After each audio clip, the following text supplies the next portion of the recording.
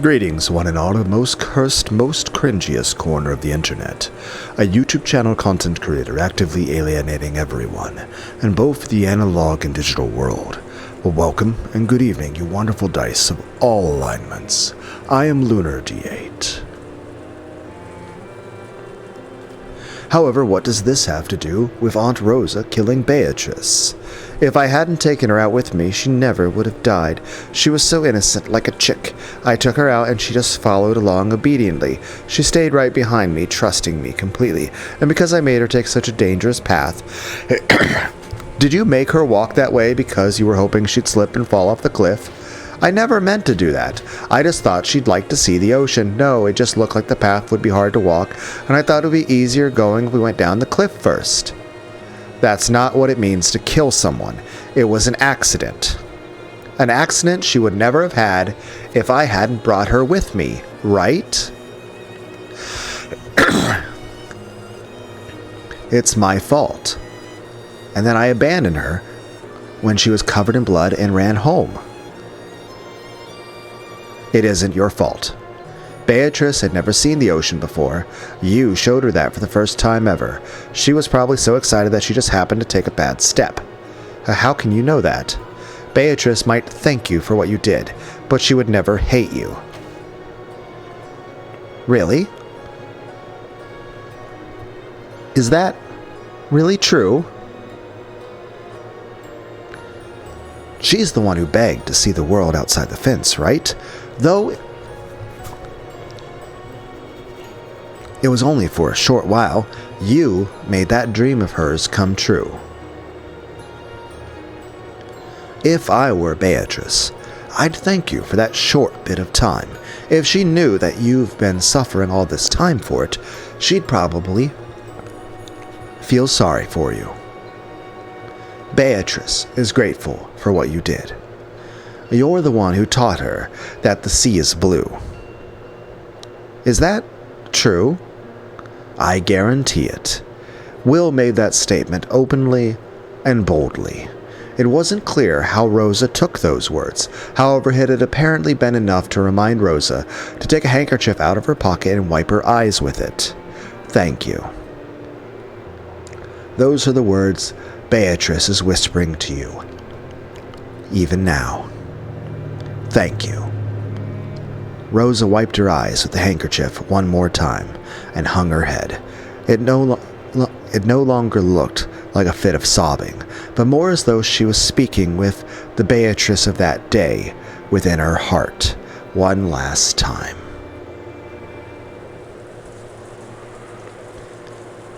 You really have no problem making claims you could never back up, could you? Don't you? Back up? Is that really necessary to comfort a woman?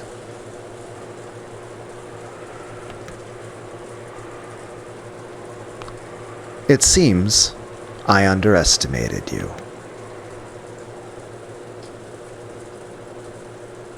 How many years did it torment Rosa? Now, finally. She would probably be able to face that innocently smiling Beatrice who had seen the ocean for the first time in her life. She was the only one who could forgive Rosa. Now the two of them could finally speak together. I don't know who you are, but thank you. I wonder if she'll forgive me. You've worried about it for nearly 20 years. That's far too long. She'd tell you that you've suffered more than enough already. That's right, Aunt Rosa.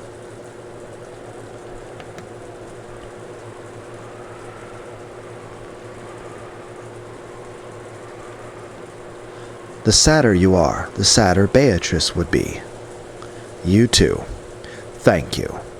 I don't know if I'll be forgiven, but I'll keep on speaking to my heart to see whether she'll forgive me or not. Thanks, you two. Sorry for showing you such an embarrassing side of me. And I'm sorry to say this right after saying something so pretty, but I want you to talk to me. Tell me what happened back then, Wilson.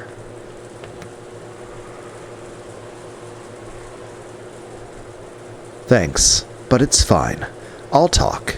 Hiding this and keeping quiet about it for so long might have been my greatest sin. Exactly. When was it that you met Beatrice? Upon hearing this question, Rosa closed her eyes lightly, reaching back to a past she didn't want to remember. It was about 20 years ago. 20 or wait, it might have been 19 or 18 years ago. I'm sorry. I've tried to force myself to forget it for so long that I've nearly forgotten that part completely. It should have been 1967. Renove had guaranteed that the red truth in the third game. That's right. It was probably about 1967. I can remember what happened as clearly as a picture. I'll never forget. If it's tough for you, don't feel like you have to tell us.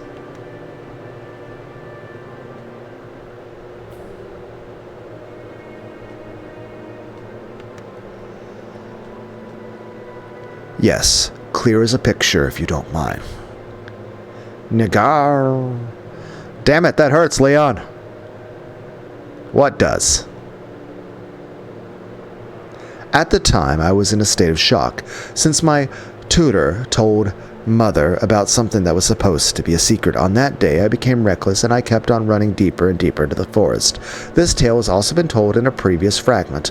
Back when Rosa was just a kid, she went deep into the forest, found a hidden mansion, and met with a mysterious woman who called herself Beatrice. But that forest is so thick, even pushing your way through it, a bit of it is hard, right? I even surprised myself. To think that I made it so far into such a dense forest. I was tormented by twigs and sharp leaves all over and over again. However, that wasn't enough to bother me on that day. After all, I wanted to disappear into the forest and vanish forever. If, by some chance, there really was a witch's mansion in the depths of the forest, I hoped that she might take me to some paradise, or else turn me into a frog and make me a resident of the forest. So you then reached the hidden mansion Kuadorian and met a woman who called herself Beatrice. Yes, I met her. Was that Beatrice the same as the one in the portrait? Yes, they were the same person. Beautiful blue eyes, golden hair, a black dress, it truly was the person in that portrait. When Father first had it hung, I realized that the 20 years I had spent trying to forget must have seemed just as long to Father, if not even longer, and I became even more fearful of my sin. Stop there. Okay. Again, I have to say that she looks like Ivy from Soul Calibur 2, or Kaoru from Evangelion, or Sare the VTuber.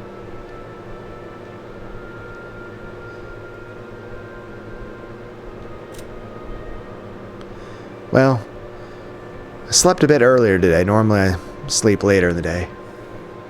But I'll have to go to work here shortly. So, hope everyone has a good day, and thanks for hanging out with me. Hope everyone has all the hugs and head pats you could ever want, and I appreciate all of you stopping by. As much of a tsundere as I am, thanks. Bye.